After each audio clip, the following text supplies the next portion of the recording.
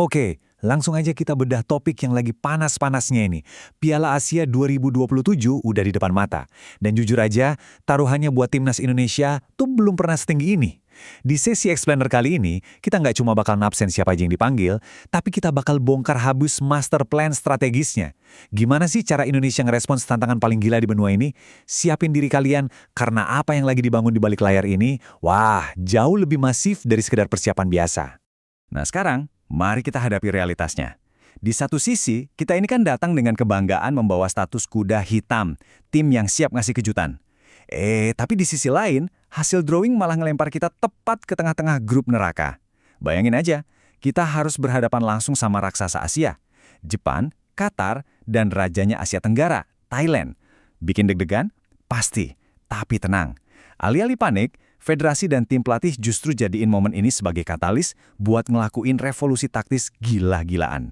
Dan revolusi itu nyatanya benar-benar dimulai dari fondasi paling bawah, teman-teman. Federasi kita sekarang udah nerapin prinsip tanpa kompromi buat sebuah kegagalan.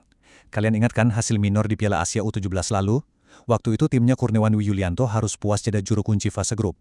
Nah, Coach Kurniawan secara kesatria udah minta maaf dan ambil tanggung jawab penuh. Dan langkah tegas langsung diambil. Siapa suksesornya? Dama David Nascimento. Bukan sembarangan loh. Coach Nascimento ini punya portofolio mentereng dari Akademi Sparta Rotterdam sampai Timnas Malta U19. Dia didatangin khusus buat ngebangun ulang mental dan kedisiplinan pemain muda kita, biar siap tempur di level atas. Oke, usia muda udah dirombak. Terus gimana dengan tim senior kita? Ternyata, ada satu timeline administratif yang krusial banget dan lagi dikebut sekarang. Begitu hasil drawing grup neraka itu keluar, respons yang terjadi itu bener-bener kilat. Staf khusus Menkumham, Nur Karopot, udah ngekonfirmasi kalau Pak Erick Thohir langsung ngasih lampu hijau. Dokumen naturalisasi lagi dipacu secepat mungkin. Kenapa harus buru-buru? Karena target mutlaknya adalah beres sebelum Januari 2027. Skuad ini butuh pemain yang udah ready secara legal dan taktis, biar kita bisa lihat mereka debut buat pemanasan di sisa kualifikasi Piala Dunia atau FIFA Matchday sebelum turnamen aslinya mulai. Terus, yang jadi pertanyaan terbesarnya, siapa aja sih pilar-pilar baru yang lagi dikebut prosesnya ini? Coach John Hartman ternyata nggak main-main. Dia sadar betul, skuad kita butuh upgrade kualitas yang masif, dan dia udah nyodorin wishlist utamanya 5 amunisi grade A langsung dari Eropa. Kenapa harus grade A Eropa? Karena jujur aja, kita masih sering kalah postur dan kalah visi pas ngadepin transisi cepat. Hartman butuh talenta kelas dunia yang spesifik buat nambal kelemahan itu, apalagi lawannya nanti mesin-mesin tempur sepak bola raksasa Asia. Nah, ini dia 5 nama yang disiapin buat ngeguncang peta kekuatan Asia. Ada Luke Fikri, Dinzan Bergan, Tristan, Jiden Oosterwolde, dan Pascal Strik. 5 pemain ini tuh ibarat jawaban langsung dari Hartman buat ngeladenin kekuatan fisik dan taktisnya Jepang sama Qatar.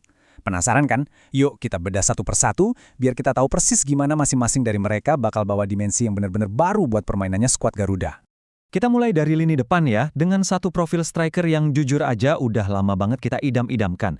Betul, seorang target man murni. Peran ini bakal diisi sama Dinzan Bergen dari klub Belanda VV Venlo.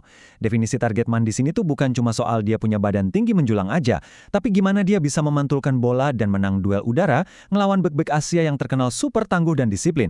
Selama ini kan kita sering banget mentok ngadapin blok rendah lawan gara-gara minim opsi bola atas. Nah, Dinzan Bergen hadir buat jadi tembok pantul sekaligus ancaman mematikan yang selama ini hilang. Pertanyaannya sekarang, kalau bola udah dipantulin, siapa yang bakal ngeksekusi peluang itu? Masuklah nama Luke Fikri. Penyerang tajam milik MacArthur FC ini benar-benar diproyeksiin buat jadi mesin gol baru. Kehadirannya ini vital banget loh, soalnya kita tahu sendiri, kita sering buang-buang peluang emas di sepertiga akhir. Hartman butuh daya gedor ekstra, seseorang yang punya naluri pembunuh, yang bisa ngubah ruang tembak sekecil apapun jadi gol penentu. Fikri adalah kepingan puzzle tajam yang lagi kita butuhin. Sekarang kita geser ke jantung pertahanan. Ada satu nama gila di sini, Pascal Strik. Coba bayangin, lebih dari 100 penampilan di kasta tertinggi sepak bola dunia, Premier League, bareng Leeds United. Kualitasnya udah mutlak nggak perlu diraguin lagi.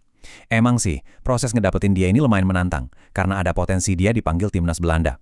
Tapi kalau PSSI sampai berhasil ngamanin Strik, ini bener-bener kemenangan monumental. Dia bakal bawa level stabilitas, ketenangan, dan kepemimpinan di lini belakang yang belum pernah ada dalam sejarah timnas kita. Dan status grade A tadi makin kerasa nyata dengan pemain berikutnya, Jiden Oosterwolde. Dia sekarang berseragam raksasa Turki, Fenerbahce. Dan dengerin ini, dia bukan bek sembarangan. Kita lagi ngomongin pemain level atas yang radarnya aja sampai ke klub-klub elit kayak PSG sama AS Roma. Coba deh bayangin, lini belakang kita yang kadang masih suka panik kalau dipres ketat lawan, nantinya bakal dikomandoi sama pemain dengan kaliber kayak gini. Ini bukti kuat betapa seriusnya proyek naturalisasi yang lagi dibangun Hertman. Buat nyempurnain benteng pertahanan itu, Hartman juga narik nama Tristan, yang sekarang main di PC Zwolle. Yang bikin Tristan ini spesial banget adalah rekam jejak pembinaannya. Dia itu produk asli dari salah satu akademi sepak bola terbaik sedunia, Ajax Amsterdam. Pemahaman taktisnya, dan gimana dia jago banget ngelakuin build-up play dari bawah, itu bakal jadi fondasi kokoh banget. Dia disiapin buat ngeredam kecepatan sayap-sayap mematikannya Jepang dan Thailand, sekaligus jadi orang pertama yang membangun transisi serangan balik kita. Nah, dengan amunisi super mewah di tangannya, mari kita bahas sang arsitek di balik master plan ini. Kenapa sih John Hartman ini kelihatan santuy dan gak gentar sama sekali melihat nama Jepang dan Qatar di fase grup? Jawabannya ada di julukannya, sang penakluk raksasa Asia. Hartman ini nggak datang dengan tangan kosong.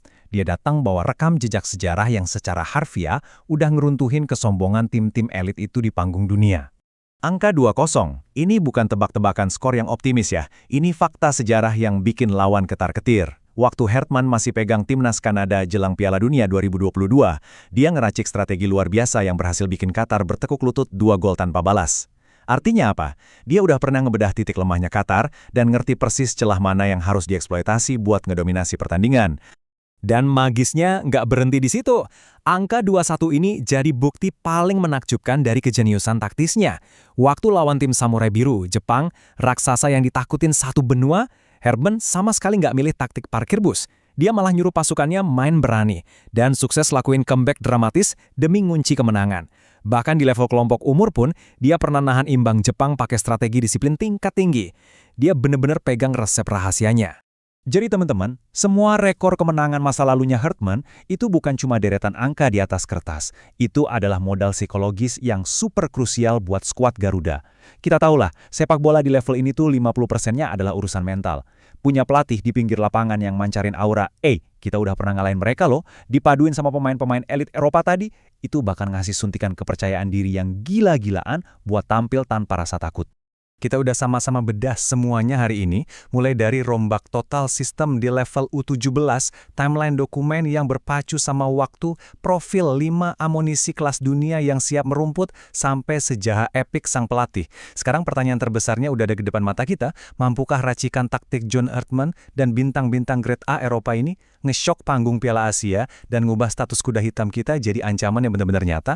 Waktu yang bakal jawab, tapi satu hal yang pasti, timnas Indonesia lagi bersiap buat sebuah pertunjukan yang belum pernah kita lihat sebelumnya. Makasih banget udah gabung di sesi Explainer kali ini, pantau terus perkembangannya dan sampai jumpa di analisis berikutnya.